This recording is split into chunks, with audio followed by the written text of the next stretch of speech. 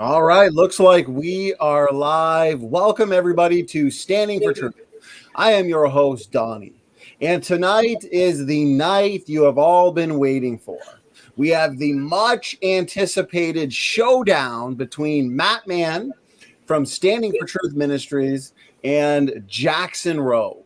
What are we debating tonight? We are debating the important and very interesting question: did man live to 900? I guess we're going to be handing it over to Matt. We've got between 15 and 20-minute opening statements. Matt, I know you've got a kind of pre-prepared opening statement in the form of a video. If you wanted me to get that going for you, or I figured it's going to be more fun this time rather than just listening to me talk. It's all visual this time. It's going to be fun. All right. Well, in that being said, then let me share screen and audio. Everybody in the chat, Matt, you can even give me a text as well. Let me know that everything's coming in smoothly. Okay, here we go. Evolution teaches that the present is key to the past. That's uniformitarianism. How things are today is how they were in the past. But if we use this mindset, we would have never guessed that a sloth was over 6,000 pounds in the past, since today we can carry them around like babies. Or that penguins were almost 7 feet tall and could easily walk up and murder you while you're using an ATM. But now we know that these things are true because we have found evidence that they are. So it's more the mindset we have when considering the past that dictates how we view the current. So then, what is the evidence that mankind could have lived a long time in the past? It's not like we can just go to some ancient human and find an ID in their grave and say, oh look, Noah was 900 years old. So we have to look at the genome of both modern and ancient man to resolve this question. Let's begin with, what is aging? Why do we inevitably die from old age? Well, there's two major factors that contribute to this: genetics and overall DNA damage and loss. We used to think that genetics only played a very small role, if any factor at all, in determining how long we lived. The numbers changed all the time. We know better now. And the more we learn, the more we see that number grow. Another contributing factor is that of DNA loss. You see, every cellular replication that happens, we lose bits of DNA. Picture this happening like opening a zipper. The metal or plastic teeth along the edges of the zipper represent DNA. As we age, the zipper opens more and more. Thus, the more DNA is lost till eventually too much has occurred and the damage is done and we die.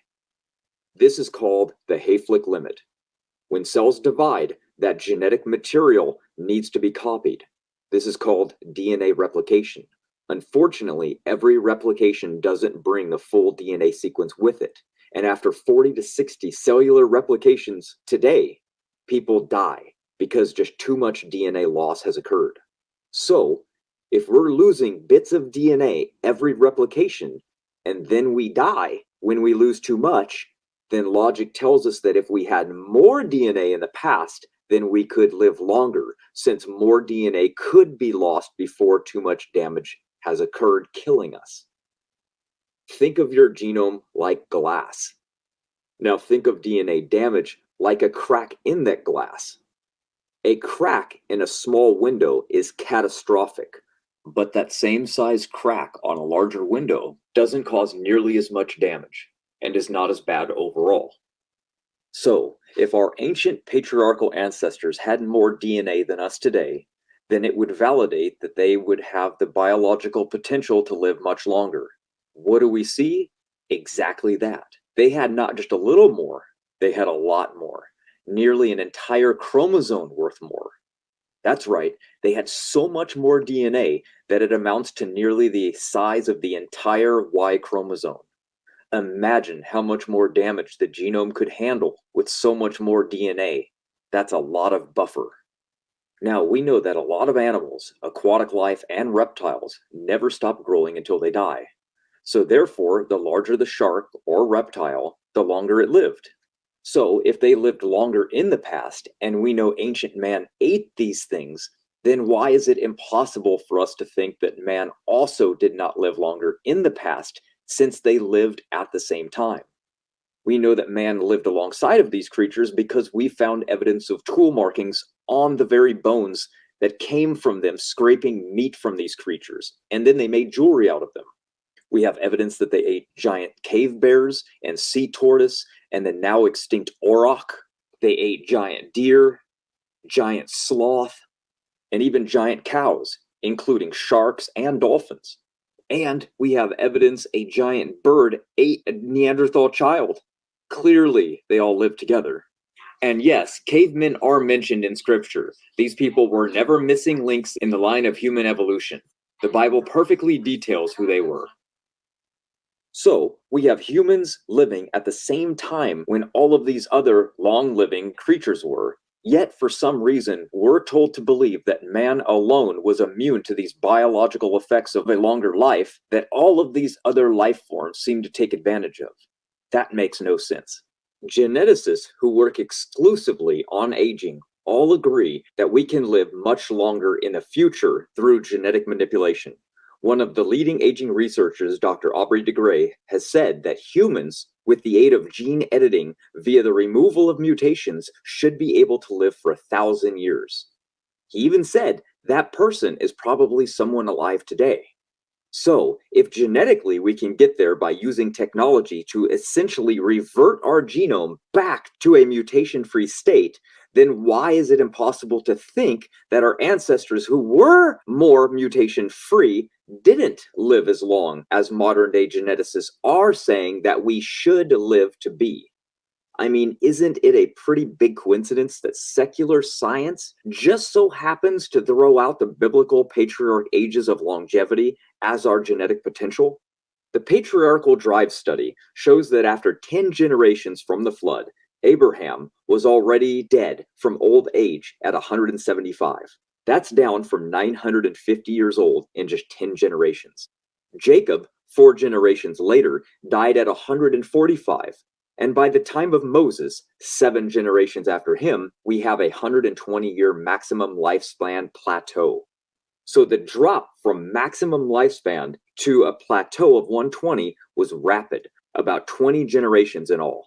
Not only does the 2012 study show that the father's age contributes the most mutational load to the offspring, which Noah would have passed on the most in history, affecting all of humanity alive today, but we also see the same results in experiments today, and they are identical to what patriarchal drive discovered. We see this in inbreeding experiments. The same biological decay curve happens in birds, rodents, dogs, and fish. So if we see these same results in animal experiments and simulations that essentially are the same as the theme in the Bible and the story of Noah, then why is it impossible to think that this could not be the case? Of course it would be. And the predictive power of the biological decay curve and patriarchal drive is spot on. They even admit that something happened around 5,000 years ago that caused harmful mutations to arise out of nowhere and then explode in the human population. Our world in the past was very different going back in time. There was more magnetism, double atmospheric pressure and oxygen. All of these things are conducive to a longer lifespan. We have 10 reasons to conclude that it is obvious that man lived longer in the past and his true potential was somewhere nearing 1,000. Let's go over them. 1. Genetics is the major cause for aging, and we inherited a genetic burden through Noah and his extreme age, topped with inbreeding. Animal studies and patriarchal drive by John Sanford and Dr. Robert Carter validate this correlation and show an identical biological decay curve that we would expect to see if the biblical story of Noah was true and the ages in Scripture were a fact. So, if the evidence corresponds to what Scripture says, why not believe that it was true? The predictive power of patriarchal drive shows us what happens when extremely aged fathers do have offsprings, what the results would be. They line up perfectly with what we would expect to see if a human who was 500 years old had children. And the statistical probability of this lining up with the biological decay curve is beyond coincidence. We now have learned that mutations are passed on based on the father's age, and the older they are, the more mutations are passed down, on and on. And it just so happens to line up perfectly with what scripture tells us about Noah and his age when he had his children, and the genetic mutational load he placed on them, which would have reduced not only their lifespan, but all future generations, if Noah was truly that old when he was a father. If all of these are not true, then why? Number 2, a larger genome in humans allows for more damage to occur. And we now have evidence that we had much larger genomes in the past, which logically concludes that we could have lived much longer from this alone. If not, why not? 3, other cultures mention a time called the Golden Age. It's quite peculiar that civilizations that supposedly never met all decided to come up with this idea that humanity lived to extreme ages in the past. Why would they all invent the exact same ridiculous idea?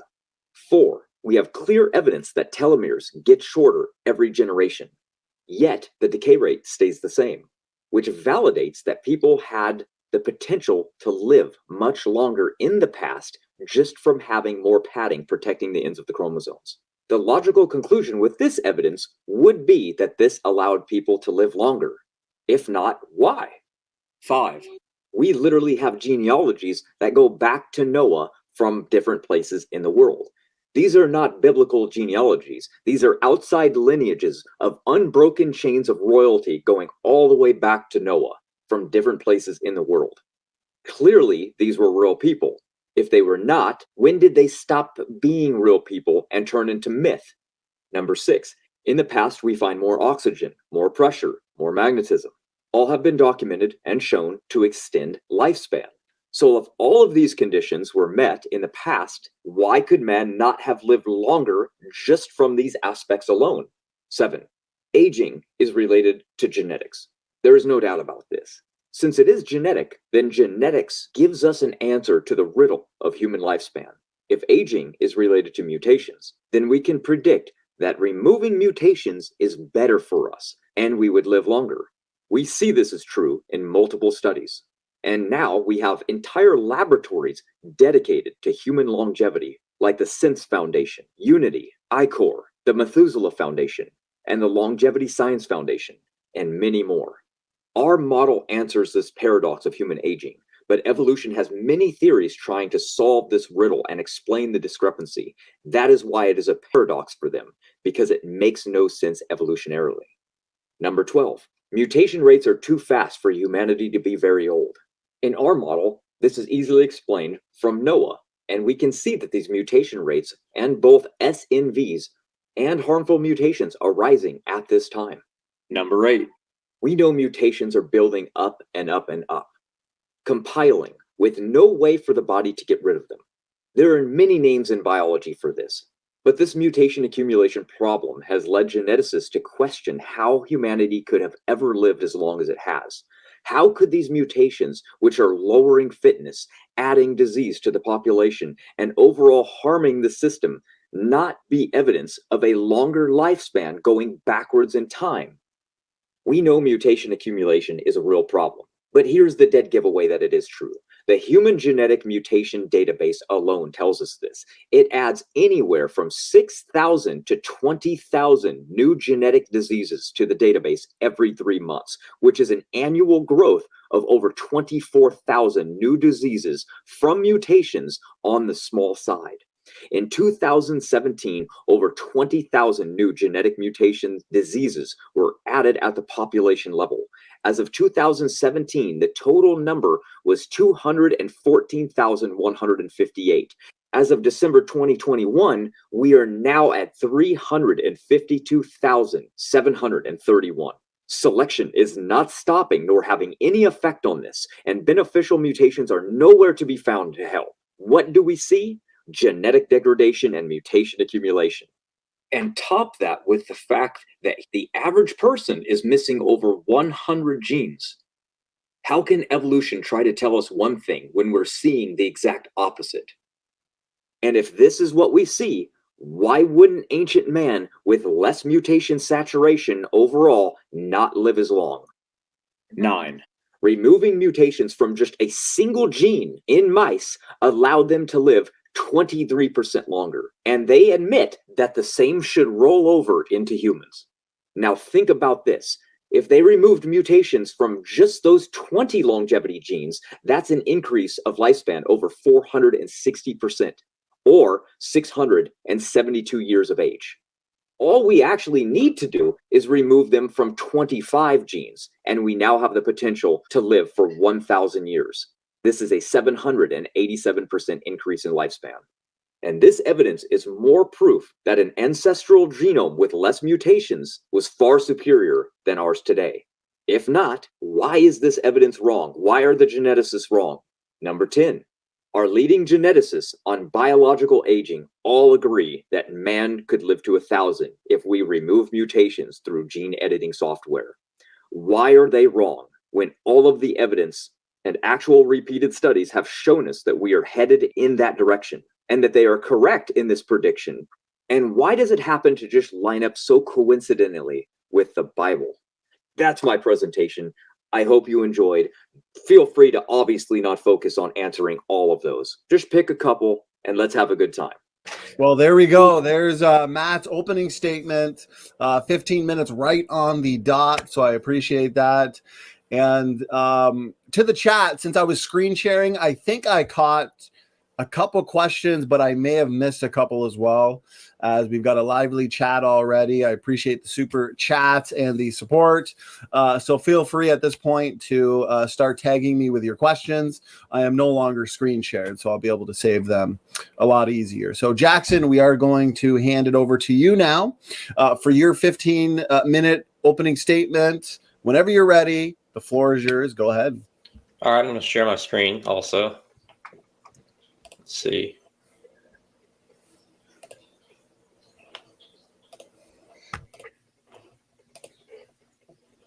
All right, you seeing it? Yep.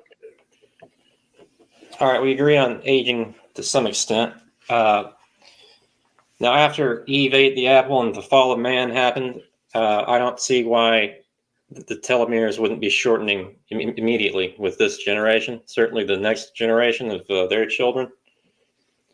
And you said there was more genetic material in the past.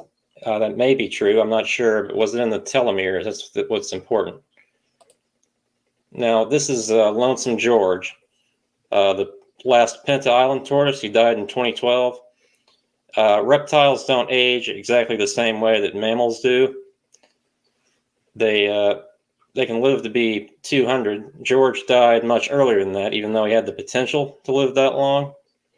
It's usually something minor, like a bacterial infection or a virus, something that will come along and kill a tortoise before it reaches, a massive age. So my question is, after the fall of man, why would this not happen to a human? Before the advent of modern medicine, how are people living in 900 when diseases were apparently in existence because Eve had eaten the apple? Here's me in the Galapagos. I'm going somewhere with this, I think. I forget the exact order. But yeah, me looking like Justin Bieber in the Galapagos in 2012. Taking pictures of tortoises. That's on Isabella Island. Kind of unrelated, but anyway. This is a Greenland shark. It can live to be 400 years old. But the way it does that is it has a very slow metabolism, grows very slowly as a result, and it lives in a very cold environment. But even this thing doesn't live to be 1,000. Now, I heard Matt talk about a golden age of aging, and in Jainism, it was especially golden because their gods lived to be, or their human gods lived to be in the quadrillions. This is some impossible name to pronounce. Lived to be 15 quintillion, actually. 15 quintillion years old is how old this person was, allegedly. I mean, obviously no one here believes that, I don't think. But there are some problems with the biblical ages. They just don't seem to make a lot of sense. Noah died exactly at 950.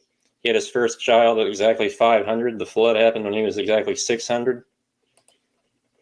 Adam died exactly 930. Seth was born at exactly 130. And Shem died at exactly 600. Just these even numbers don't ring true to me. Now, talking about that decay curve, it looks compelling when you just look at it on the surface, but there's some problems with these numbers and this number. Multiple people were included in the same generation, like Ishmael and Isaac, and Levi and Joseph in the middle part there. And they include Joshua's age of 110, although others in his generation lived to be 60, according to some passage in Exodus. I forget which it is. Creating the tail of the graph, the end of it there, by using the average Roman lifespan, which wasn't even in the Bible, when John, at the same time, lived to be 90, and that could have been used. And we see, starting in the 1800s, I mean, you can see the ages are pretty much static. But then with the advent of modern medicine and agriculture and other things, the age starts going up. And Matt also said that some geneticists believe we can live to be 1,000. I haven't heard that. I've heard the cap would be about 200, that the first person to live to be 200 might be alive today. I think 1,000 would be stretching it, especially with this pool of inbreeding we see from Adam and Eve. This is the biblical genealogy.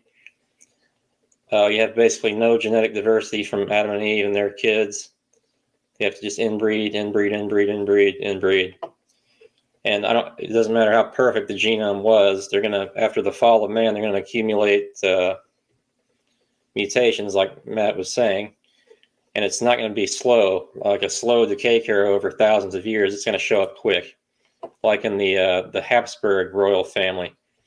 They had more genetic diversity than Adam and Eve would have had, and they still came out malformed, like the guy on the left you see there. So 6,000 years, we would all just be a pile of goo.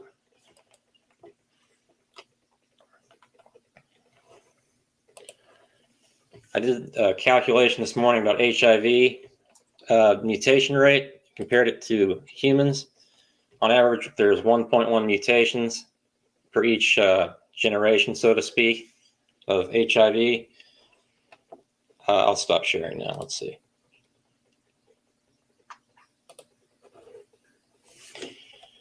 Now, what I came up with, there are 10,000 nucleotides in HIV, 1 mutation per replication. There are 6 billion nucleotides in the human genome, 3 billion base pairs, which would be the equivalent of 650,000 mutations per generation if we were equaling to. The HIV replicates every 2 days. It's been in the US for 40 years. It's existed for much longer than that, but I just used 40 years.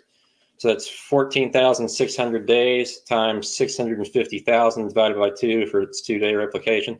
That comes out to 4.7 million, or 4.7 million years that humans could exist and not have any ill effects, apparently, because HIV is unfortunately doing just fine if we're going off mutation rates. So I think this idea of genetic entropy doesn't really work. But here's my little note of the calculation. Anyway, I got another one about, what's it about? Thyroids. It came out to 6 million years, so it's even worse for the case of genetic entropy. But anyway, that's pretty much the opening statement. Probably not 20 minutes long or however long, but there we go. All right, Jackson, I appreciate that opening statement. As we said earlier, whatever time is not used for the opening statements, we will throw into the audience Q&A, as the audience Q&A here always ends up turning into a second debate. The audience Q&A is always very important, as the questions are always so relevant to the debate topic, guys. So make sure you're tagging me with your questions at Standing for Truth, and that way I don't miss them. So we are now moving into the uninterrupted rebuttal portion of the debate. We've got eight minutes for the rebuttal, and we are going to hand it over to Matt Mann for his 8 minutes. Matt, whenever you're ready, my good man, the floor is yours. Go ahead. All right. His first point that he brought up was how come Adam and Eve were not aging themselves? Perhaps this had something to do with the tree of life. The tree of life was something that they had access to, that they were removed from. So once they removed that, that could have had something to do with their aging. It also says that the ground was cursed, and so were the animals. So there was a curse that was set on pretty much everything. Now, obviously, we don't believe that the animals were eating from the tree of life, granting them biological immortality, but perhaps it was doing something to human beings. So once they got removed from that, some type of biological aging started to occur. We know that when we eat better today, we enhance the chances that we live longer. Not genetically, but through different processes like activating longevity enzymes and metabolic enzymes. So perhaps the tree offered some type of a fruit that could activate senescence and remove those senescent cells from our body. We don't know, so it's speculation. But the thing that you said next was that reptiles live a long time, and that's very true. And here's something very interesting. If reptiles never stopped growing, and we know that they lived a very, very long time, we have evidence that man ate these things. So they were living at a time when these reptiles that were living much longer than they do today were being consumed by man. Then why wouldn't man be living for a very long time when they're living at the same time these creatures were? So something was going on. Something's unique about that. So I actually like the idea that there's long-lived reptiles that are walking around and man's around at the same time. I believe it lends more credence to the fact that we could have lived longer just from being alive at that same time when they were. You said disease was not present right after that. So why would they have died? For example, Adam and Eve, if they're not catching HIV, if they're not catching disease, why are they dying? Well, the same reason that people would die today from old age. It's accumulation. It's like little cracks in a window all the time, right? We don't lose our vision overnight. We don't get cancer overnight. Disease incubates, and it takes a long time for pretty much anything to happen inside the body. You don't lose just like we don't lose our vision. It's a slower process. The process would have just been slower in the past. Anything that would be happening to us now, much later, down near the end, because of all our genes being messed up, it just happens quicker. It's a much faster rate now. Take it back, it's slower. It's a slower process. The Hayflick limit shows us that creatures usually live based on when they reach puberty. By the time they go through that, they only live about 40 to 60 cellular replications, and then they die. What causes that death? That's the end. There can be no more breakage of the genome, and they die.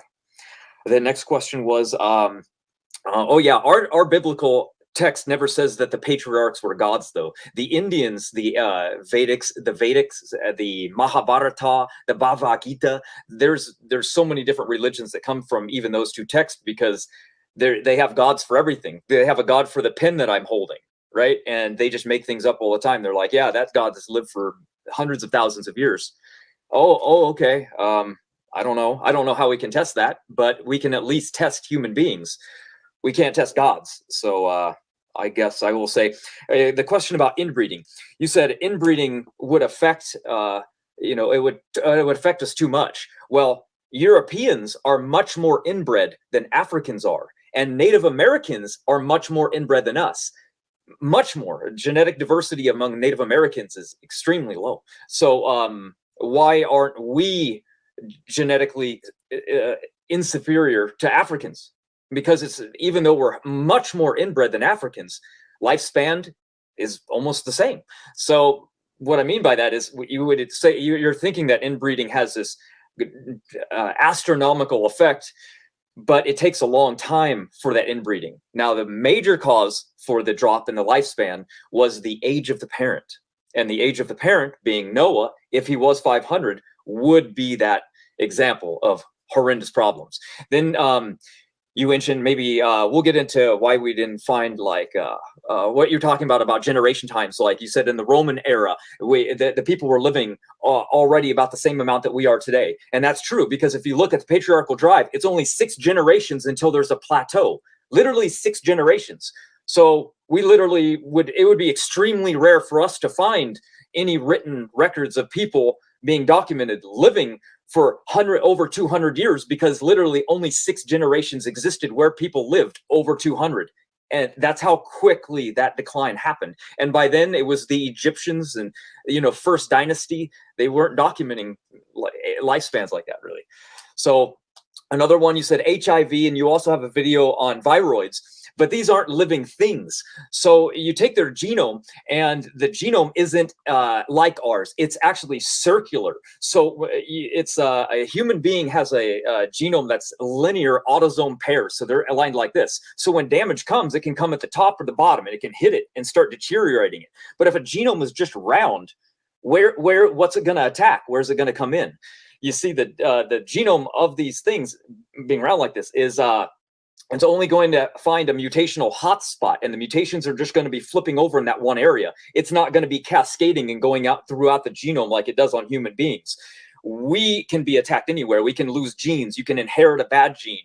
You can get a mutation in one gene. I mean, it's lots can happen in a huge genome. In a very small genome, not a lot can happen. And when something does happen, it's like you're asking why genetic entropy didn't kill these things. Well, they're not alive. You can't kill something that's not alive with genetic entropy. It doesn't work like that.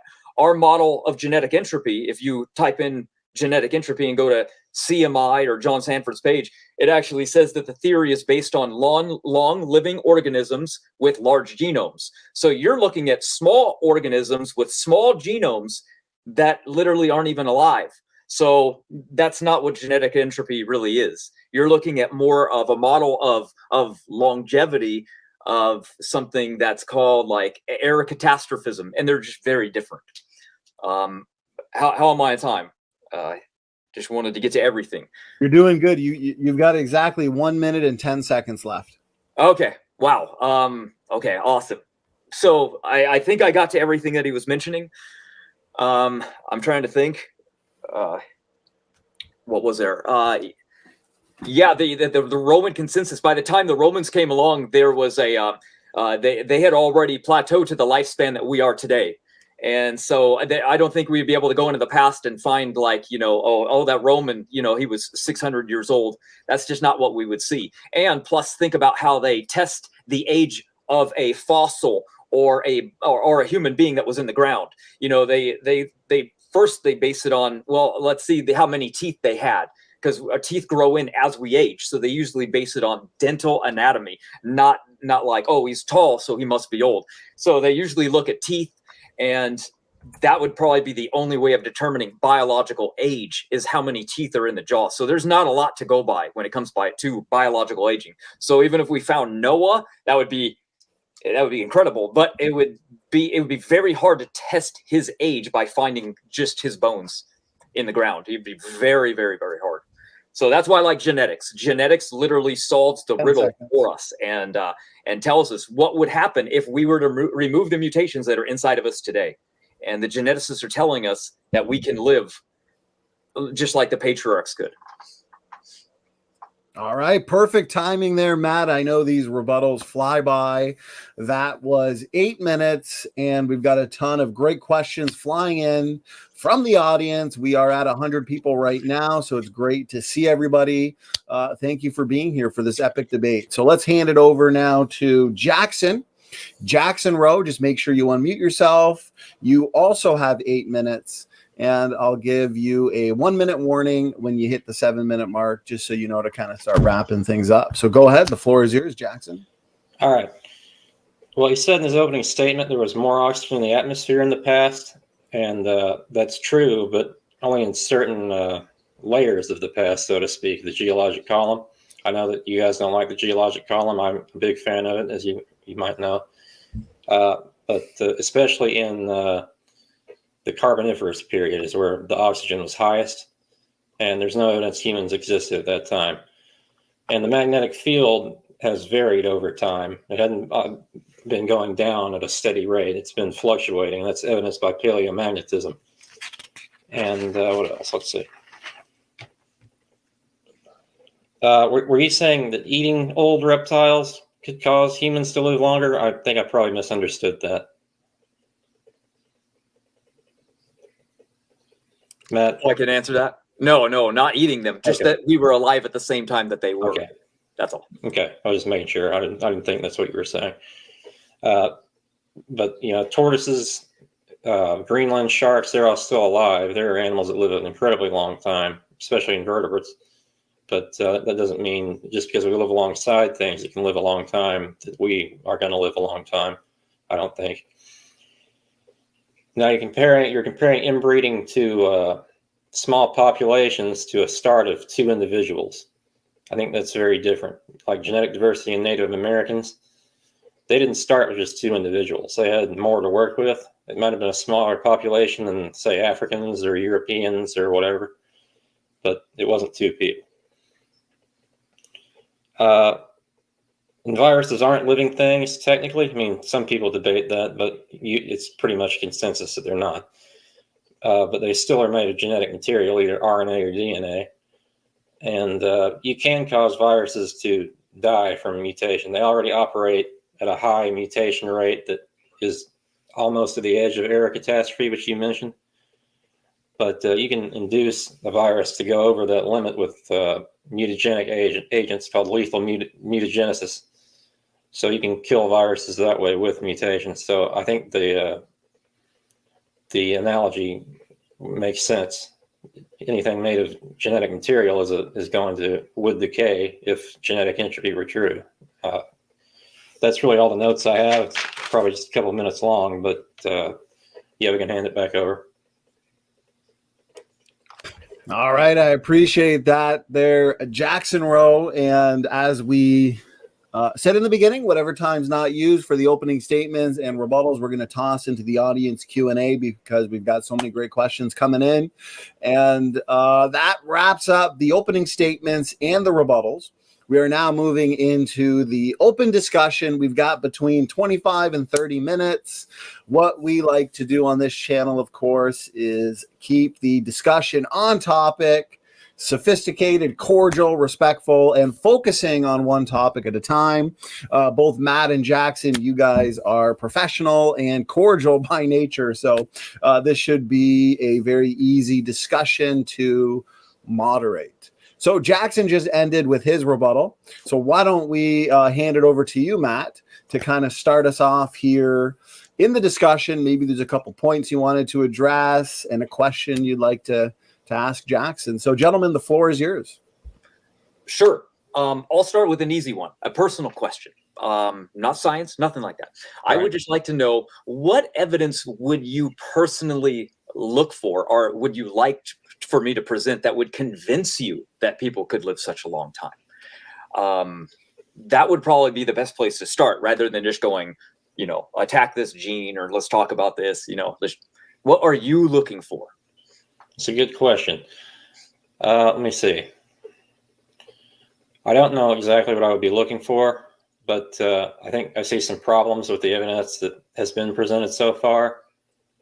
And I just don't think it's compelling. I mean, I would know it if I saw it, but I really couldn't give you a specific example. I could tell you what would falsify evolution in my mind, but like if you found shark teeth in the Cambrian, or you could prove a pine tree was more closely related to us than a chimp is genetically, that would disprove evolution in my mind. But I don't know what I would be looking for to disprove man lived to be 900 exactly. Okay. Well, you'll debate standing for truth on those other topics soon, so I won't get into that one with you. So I guess what I would do would probably be the most to try to convince you. I would say a lot of people think genetic entropy is just something that's young Earth creation oriented. And the term that's invented by John Sanford. So I try to like to use the word genetic degradation, because lots of scientists believe it. So, for example, I would like, have you heard of Alexei Kondrashov? He wrote a book called The Crumbling Genome. And why aren't we dead 100 times over? He taught at a college. He wrote a book on this. And if this isn't a real problem, what has he been doing for the last 20 years? What did he just make this up? Are these scientists just like working on something that's just made up myth? Or do you actually believe somewhat of genetic entropy, or not at all because it's young Earth creation? Or well, I mean, there might be some kind of truth to it, but I don't think you're going to go back and exist for 1,000 years. I think even if genetic entropy were true, something like a disease is going to come along and kill you long before that, or cancer or something. Oh, you're right. Yeah. Most people today do not make 120. Yeah. Very few make our genetic potential. Very, very few. So you're right. And the main reason that is true is because of genetic entropy. As I showed you, the genetic database shows us that we're accumulating more mutations, but we're adding more disease to the genetic database. So the odds of catching new diseases that are going to kill us is exponentially growing. So if we go back in time and there's less diseases, there's less chance of dying at that higher age. So it's why we could live to a much higher time without disease killing us before we would reach those ages. Now, there is a patriarch that did die way before 900 and plus years old. He only lived like 750. So something killed him. We don't know what it was. It's just, he's just randomly down there at like 745 years of age or something. He just dies. Doesn't say why. Luckily, he had offspring, so he's part of that patriarchal lineage. But something killed him. Maybe a disease did. We just don't know.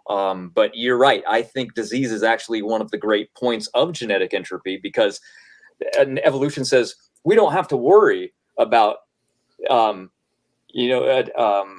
mutations, because selection will just get rid of them. Well, where is selection? We see hundreds of new mutations pouring in every single day, and selection's nowhere to be found. You throw in a beneficial mutation.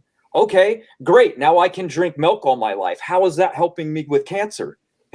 How is that helping me with any other disease? It doesn't do it. You can type in beneficial mutations.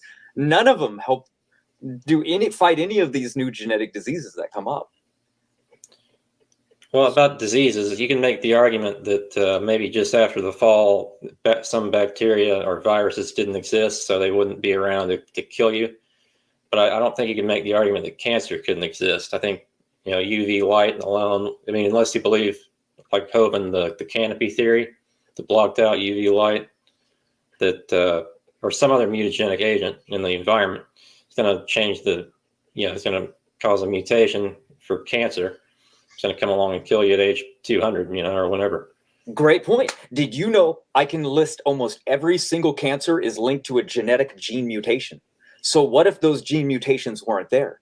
So that becomes another factor. So if I inherited a gene from my mom, let's say the BRCA gene, which I did, it means my propensity to get breast cancer, even being a man, it's possible, but it's still 50-50 chance that you're actually going to inherit that gene mutation. I did. So I can literally die from breast cancer from that gene that my mom actually has, and she got breast cancer from. So it's why they even knew to test for it. So it's a mutation that's in the gene that wasn't in her parents. So it's interesting that a mutation came along, and now I have to risk dying from cancer really early, all because of that mutation.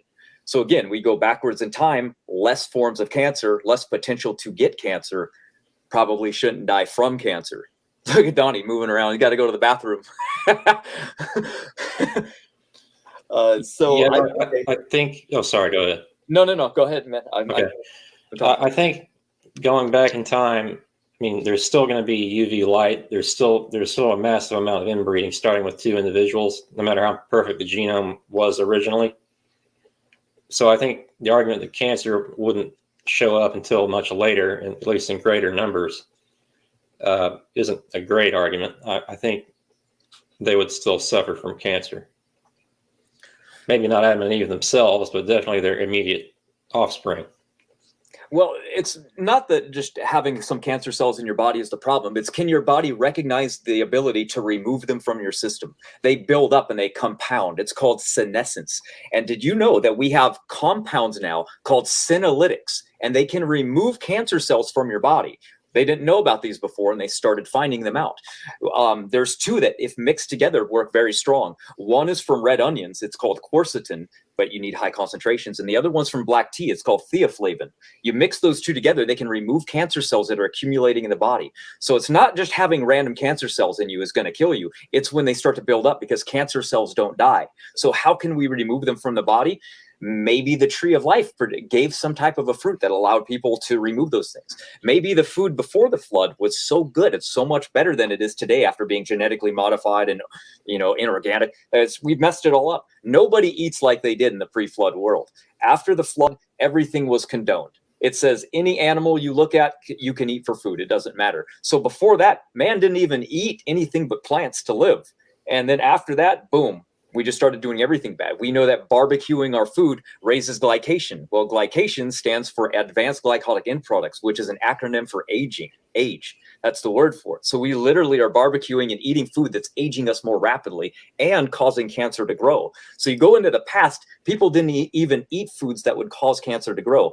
Nobody that lives on coconuts is going to get cancer from eating coconuts, but you eat barbecued beef every day, carcinogens are extremely high. That's why they're off the charts on the glycolytic thing. So we go back, it's like scripture's telling us again, more reasons that people should have lived longer. And you look and we do the studies and the tests, and it's like, oh, look at that. Plants are healthier for you than eating that way.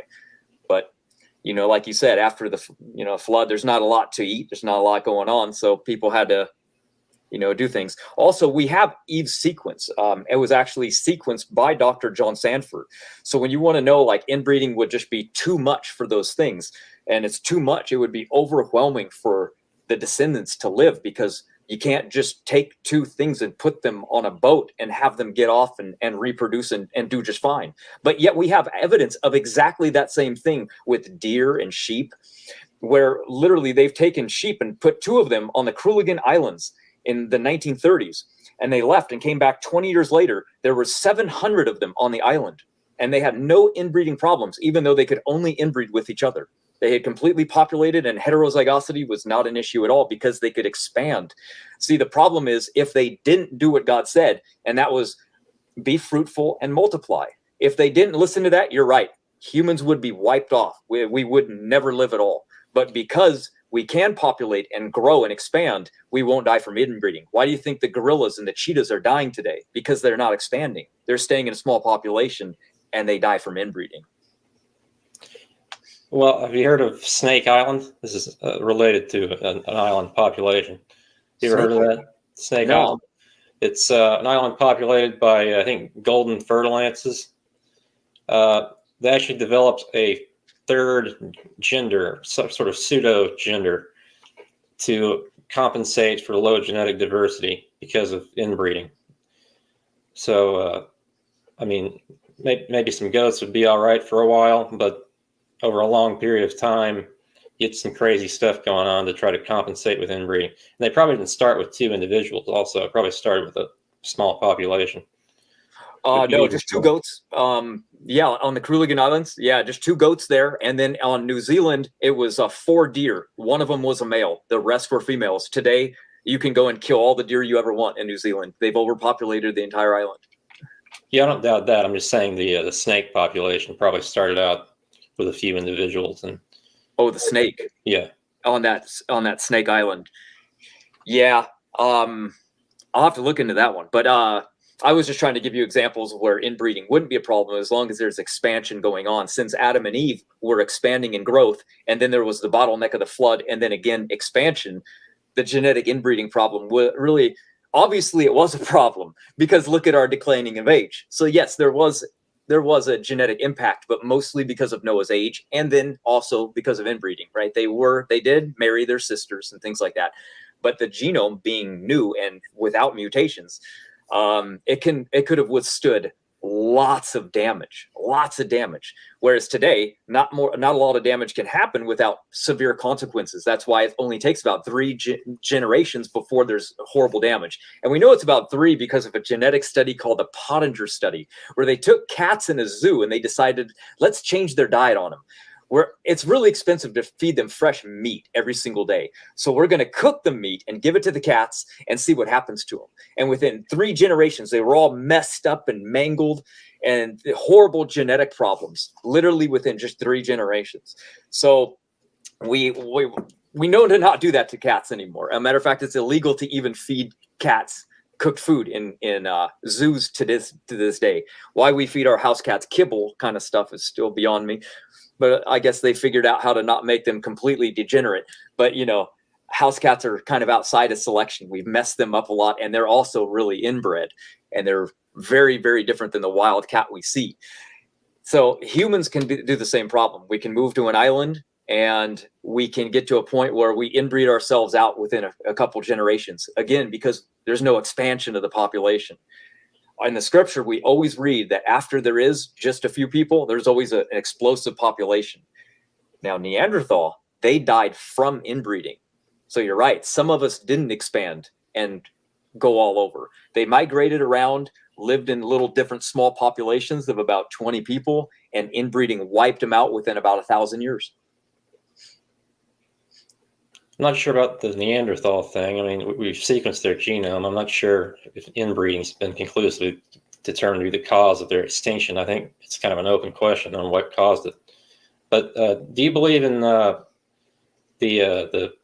canopy theory that some creationists do? The ice canopy that blocked out UV light? We just go with maybe, maybe not. Because there's no evidence, we can't have any evidence for it. It's just completely speculative.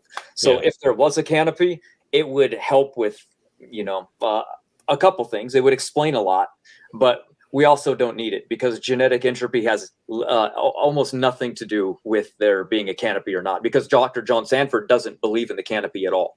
Answers in Genesis doesn't believe it at all, but they believe man lived for a really long time. They think it doesn't really matter or play any effect on it because it's all genetic related. Well, I haven't read John Sanford's book. I need to do that, but I've read some excerpts from it. And he may not believe in that, but he's definitely, I think he's trying to conform some stuff with his pre-existing beliefs from what I've read of it. So I'm not sure a secular geneticist would come to the same conclusion that Sanford came to about genetic entropy, which I don't know if that's a good argument or not, but I'm just saying that's, I think, probably true. Yeah, I would agree with you because most of the people start from the starting point that evolution must be true. And so therefore, I don't understand why this is happening. And that's why they're paradoxes. So you're right. I don't think any standard person is going to come along and go, wow, look at that. The humans or any animal, they couldn't have lived for millions of years. Like Mendel's accountant that he wrote, like that just shows that deep time can't be true if these numbers are correct. So therefore, something must be at play that we don't know about. And that's why they're trying to solve it. That's why they're trying to fix this problem of rapid mutation rates with a rapid accumulation of mutations. So I was going to say, can you name any predictions of genetic entropy that was made by John Sanford? Like, for example, how many generations will humans survive? But you just said you didn't read it. So you haven't read I read some excerpts, but that's about it. Yeah, I need to read it. Yeah. As a matter of fact, on this channel, there's a lecture that he gave at the NIH for like 2 hours. So just put it in the headset and walk around. You can probably listen to it that way if you don't like reading very much. Yeah, I need to start reading some more. I've been slacking on reading. But what do you're not big on my crappy calculations on mutations? Well, I couldn't see them if I wanted to. That's really small right now. Yeah, plus my handwriting's terrible. So, one of the things I was going to say is that the examples of flipping some of these genes that are broken, that are associated with longevity, literally turning on one of them allows mice to live 20% longer over that. And we know we have over 20 genes in our body that are associated with longevity. And most of them are damaged, or most of them have mutations in them. So if we can remove those, that's what these longevity people are doing. You should look up Dr. Aubrey de Grey. He works for the Sense Foundation. And he said that the person that's going to live to be 1,000 is alive right now, because they're going to go in and get gene editing and be able to unlock this genetic potential that's inside of us. So if he's saying these weird things, because he's not biblical anything, he drinks, he's just out in Europe drinking beer, riding a boat every day. That's like his hobby. He spends his time doing that, and then in the laboratory. Yet he's saying that genetically, this is our potential. He's never read scripture that I'm aware of. He's secular. He's literally saying what we say is the potential of human beings. Is that pretty peculiar? Or? I mean, maybe if you modify the genome so much that you could live to 1,000, but I think something's going to come along before you ever reach that age and kill you. Yeah, I did read a book one time that said if humans did not die, how old would the average lifespan be? And until you're hit by a car or something ridiculous. And you're right, it wasn't very high. It was like if you were immortal, it was 2014 years. Yeah, I mean, obviously there weren't cars to hit you back in the biblical times, but you might get run over by a donkey or something. How embarrassing! Yeah, it would be a bad way to go. But yeah, something is going to come along. You're going to have an accident. I mean, back then, you fall and break your leg, you're pretty screwed, you know? Yeah, that would be bad. Yeah, Yeah. you get a little infection and Mhm. you could be in trouble. That's for Yeah. sure. So that's one of the reasons I have a problem with people living to 900. I just think something's going to come along and happen, not even genetically, but physically, or it's going to come and kill you. Oh, definitely. But remember, we're only looking at 10 generations, and that's only to the lineage of Noah. That's what it's going to. The Bible doesn't follow other lineages. It's literally just following, because it wants to take you from Adam to Jesus. So though there a lot of other people lived, it doesn't talk about them. It doesn't care. It's like, we need to follow this line to him. So that's why you see, like, you know, the 900 and 700 and then 600 and then the plateau. Mhm. I mean, only 10 people needed to live that long. So if there's a paradise world that God placed us in, and it's in a garden that's kind of surrounded, and people are migrating and only moving east, and, you know, the world being conducive for us and made for us looks pretty good for us to be able to make that potential. Now, okay, so now what would be able to kill us? Clearly in the fossil record, we have things that can kill us. We have dinosaurs, but that depends now on where was Eden. Was Eden around a place where these types of dinosaurs lived? Obviously, Adam would have known what dinosaurs are because God brought all the animals to him to name. So if he brought these to him, and now all of a sudden the plants are cursed with thorns, and now animals are cursed with being, some of them, 2% or whatever, carnivores, we would know to stay away from those, just like we don't want to live around the most dangerous animals today. Yeah, that's an interesting argument. The saying that all the animals lived at the same time just after the fall, and saying, hey, now you can eat meat, or just after the ark, whenever it happened. Suddenly you have tyrannosaurs and Dunkleosteus in the ocean, and mosasaurs in the ocean, and Utah raptors and Dakota raptors coming after you. I think that's a tall order to avoid. After the fall, a lot of stuff that can kill you in the fossil record. We definitely think that almost all those things in the ocean died. 90% of everything in the ocean definitely died. I know there's sightings of plesiosaur with Loch Ness, so they think there's some survivors of these things, but we think that the flood wiped out pretty much 90% of all the aquatic life. So definitely no megalodons made it.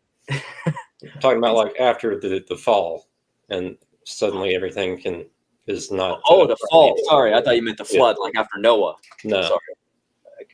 I mean, you have a 1,500-year period of monsters running around. Yes. In the ocean and on land, until they die out after the flood. Right, and we have humans in one area of the world where God created them, and they only migrated, seems like, to the east of it, because when you read the description of where people went, they just moved east. So wherever God placed them must have been in a safe zone away from these animals.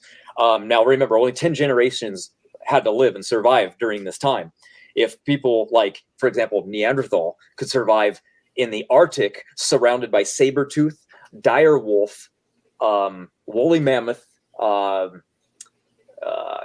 is that? The woolly rhino, basically just horrendous animals that want to kill them all the time. Yet it wasn't those animals that killed them. The woolly mammoth went extinct from inbreeding. They died. There went their food source. So now they only were surrounded by horrendous beasts, and that would pretty much finish them off. And it was inbreeding that ended up killing them, not even the animals. Well, I think it was climate change that killed the mammoths. Oh, really? Must be. I heard Wrangler Island or something was the last place woolly mammoths were alive. Yeah, and it was inbreeding that took them out. But there's other that last population was inbreeding. But I think in general you could say that 99% of the population went extinct from climate change. But maybe that last holdout island population a couple thousand years ago died from inbreeding. Got it. I could see that. But, back to where we were. How much time do we got, by the way? You've got exactly 5.5 minutes, gentlemen. If we want to, maybe let me pause the clock real quick.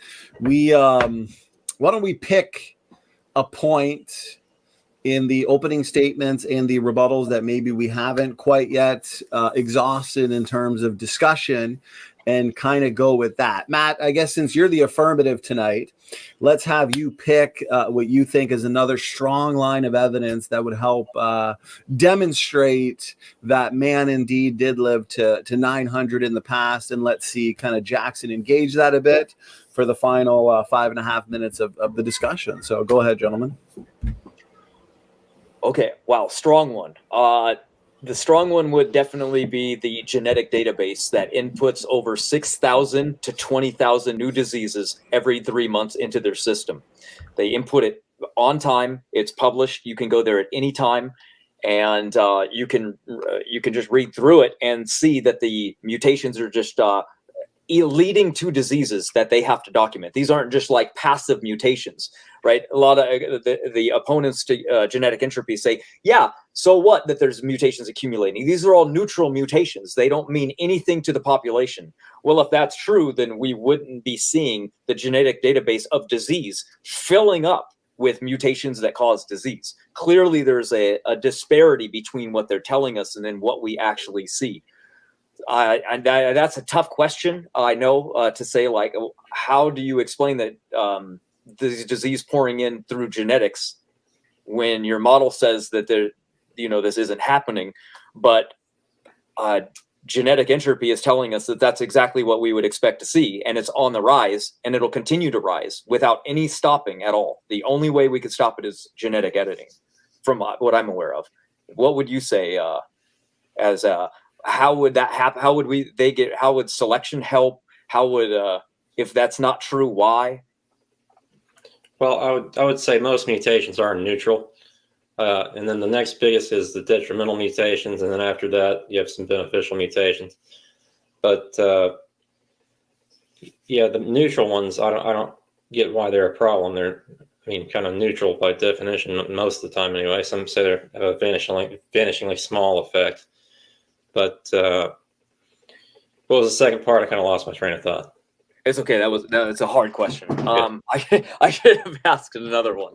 But I think I remember what I was going to say. Okay.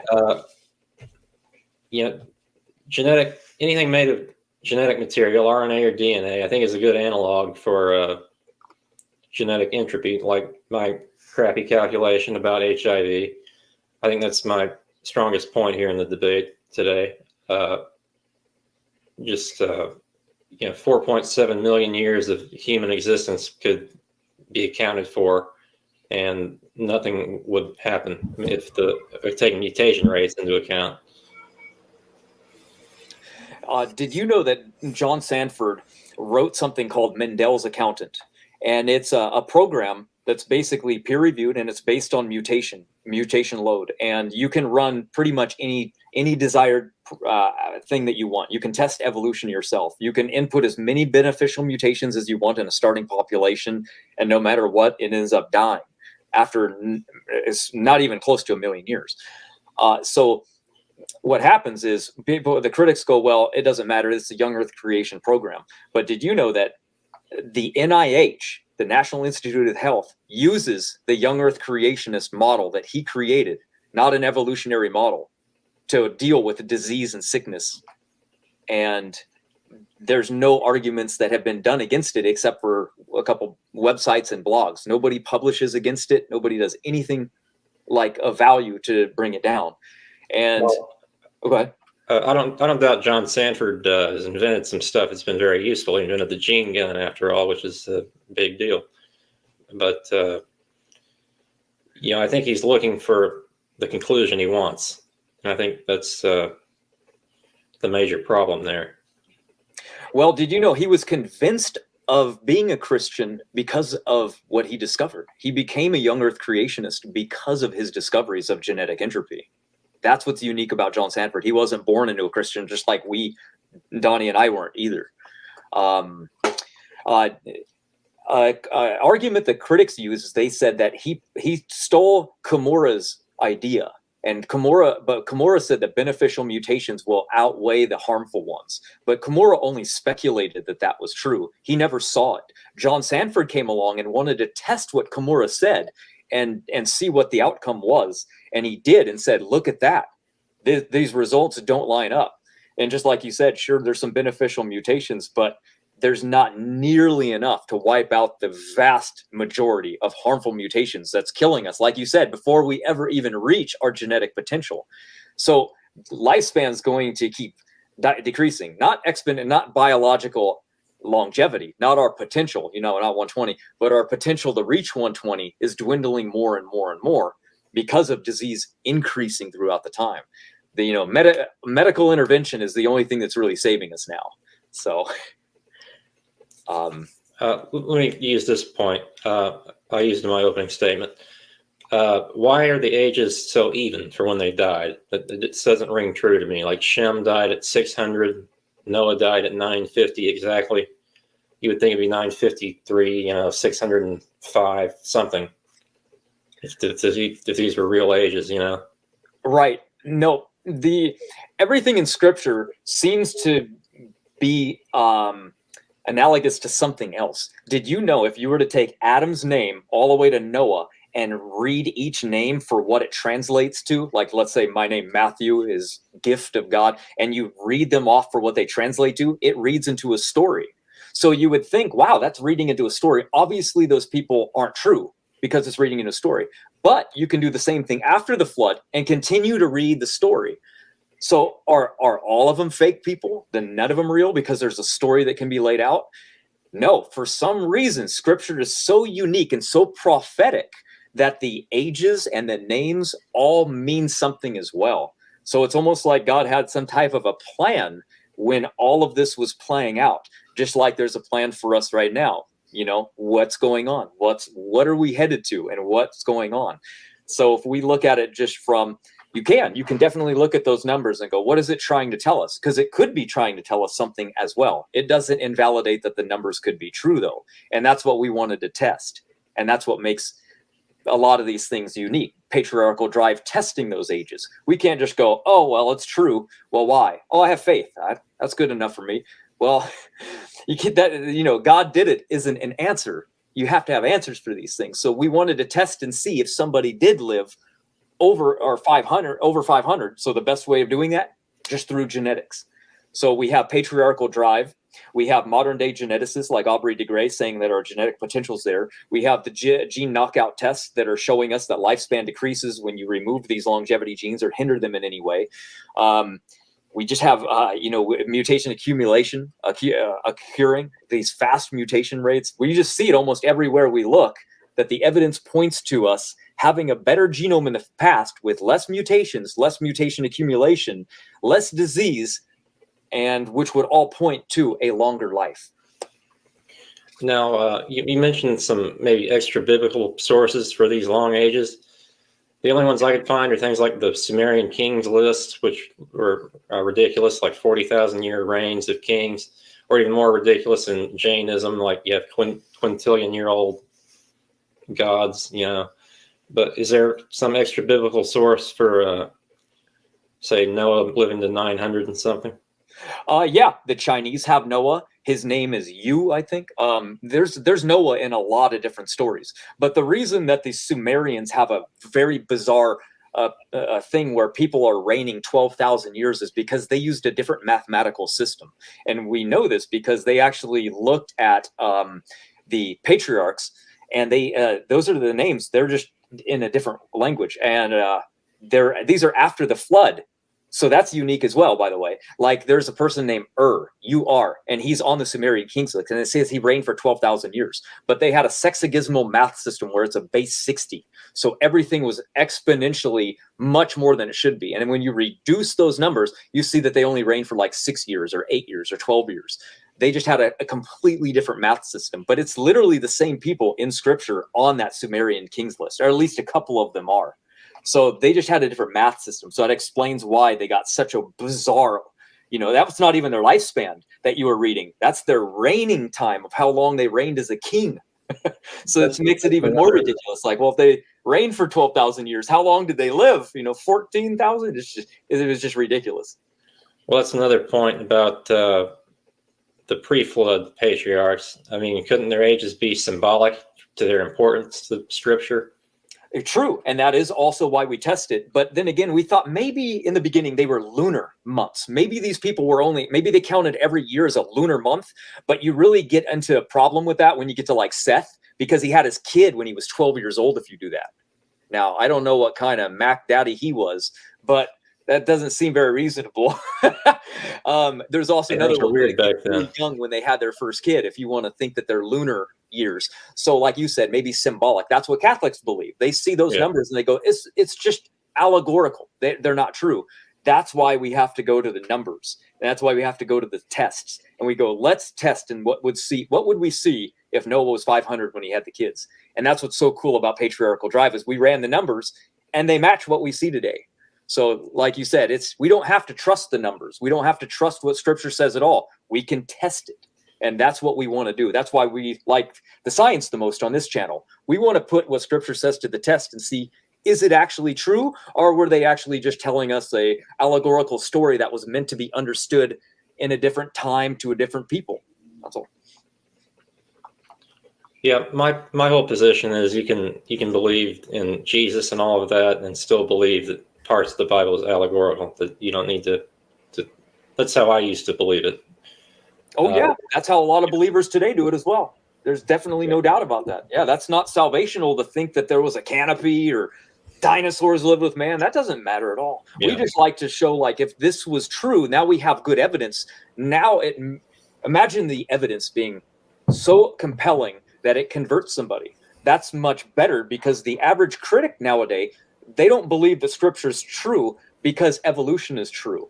So if you say, well, young earth creation is true because of this evidence, now they'll be like, oh, that's more interesting. You're not going to catch them with like, oh, that's just allegorical stories. It doesn't really matter.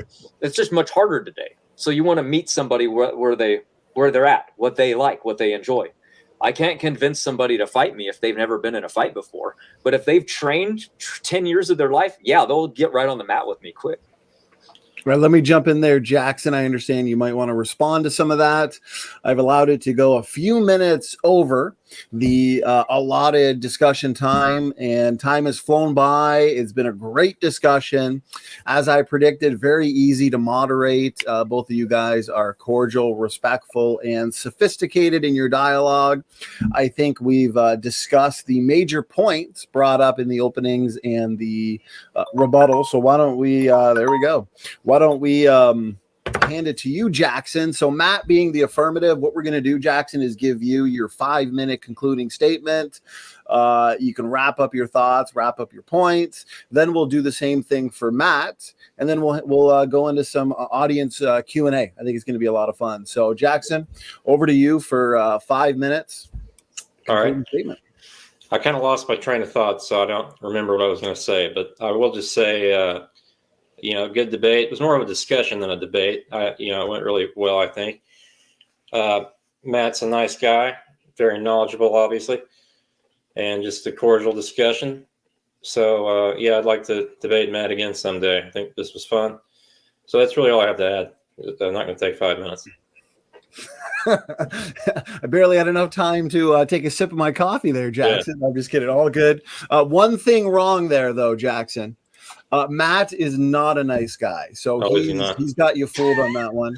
So I can tell you confidently, I'm just kidding. Matt's probably the nicest guy you'll ever meet. He's got rewards in heaven, I'll tell you that much. So I appreciate that concluding statement there, Jackson Roe. I appreciate you giving us your time for this debate, and just to give you a couple shout outs. For those who enjoy debates with Jackson Roe, he comes in with good points and good questions for us to discuss. He will be back debating myself on the 7th. We'll be debating specifically the question of ancestry. He will also be debating Professor David McQueen again on the Cambrian explosion. And we are also working at finalizing a day and time for Matt Powell. So Jackson Roe versus Matt Powell, that'll be certainly a ton of fun. So that being said, Matt, break time's over. We're going to hand it over to you. You got 5 minutes, brother, for your concluding statement. Okay. First thing I'll say then is that we didn't invent genetic entropy. We discovered it, just like we discovered gravity, right? So we thought that since evolution must be true, genetic entropy cannot be true. Yet we found evidence that, we could ever want more evidence than what we found, I think, to show that genetic entropy is something that's real. If we could look for something to disprove it, you're only going to find minute things that aren't even associated with the theory. You look up what genetic entropy actually talks about and what it is, and you're only going to find examples that go against it in things that the theory doesn't even predict. So that's pretty amazing. That's pretty good predictive power of the theory as well. So I gave examples from outside of genetic entropy model so that I could, my opponent could attack it. He didn't really know much about genetic entropy in general, mostly because he didn't read John Sanford's work. So that's completely fine. So we just mostly talked about mutation accumulation and the fast mutation rates.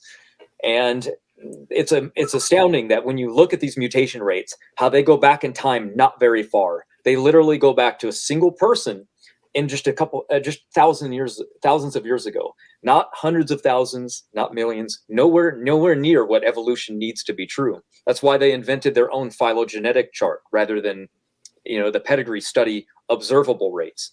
And that's fine. You can believe whatever you want, but the evidence keeps fitting our model. We can't change our model. It's already written down in scripture. So if we found the wrong evidence, we'd just be like, wow, big trouble. I guess this wasn't true. I guess it was an allegorical myth. But the evidence keeps pointing, in my mind, to exactly what scripture is talking about. So another thing that I really think is a major problem with scientists today not agreeing with genetic entropy is that there's a huge hindrance in medicine because they view mutations as it's okay. It's happened for millions of years. But in our model, it's a horrible problem that needs to be fixed immediately. So the two different perceptions are vastly different. And I think that ours is more helpful in medicine and theirs is not so helpful. I'm just saying that I want the problem to be fixed. I want people to live longer. I want disease to be eradicated. But with the mindset of genetic entropy not being true, it's a hindrance to science. It's a hindrance to medicine. So if people lived as long as they did in scripture, which I think I've given plenty of evidence that they have for my case, but I'll let the audience decide and let them decide if Jackson refuted these, then that's fine. Good. I hope I gave ample evidence that man could have lived this vastly longer in the past and that one day maybe we can again. But are we going to be like genetically modified foods? I don't know. I mean, we're going to be genetically altered babies where you want a blonde hair, blue eyed baby. No problem. We can design that in too. I might get a little wacky. I don't know. There'll be some ethical issues with all that, but I'm more interested in the longevity aspect.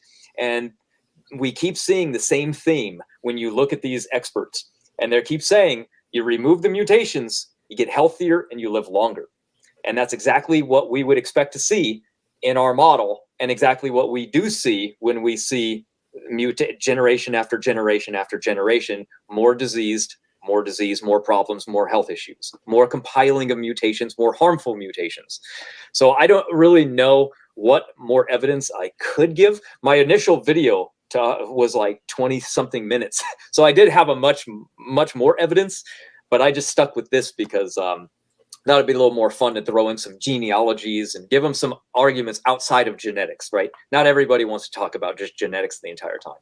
So I think the evidence is everywhere. You can look around and just see it in different things, and that helps confirm the longevity. It doesn't refute it. If we're following genealogies and the genealogies say these are real people, but yet, they're saying that it's not, well, I don't know. These aren't just biblical lineages. We're seeing them in lineages outside of the Bible.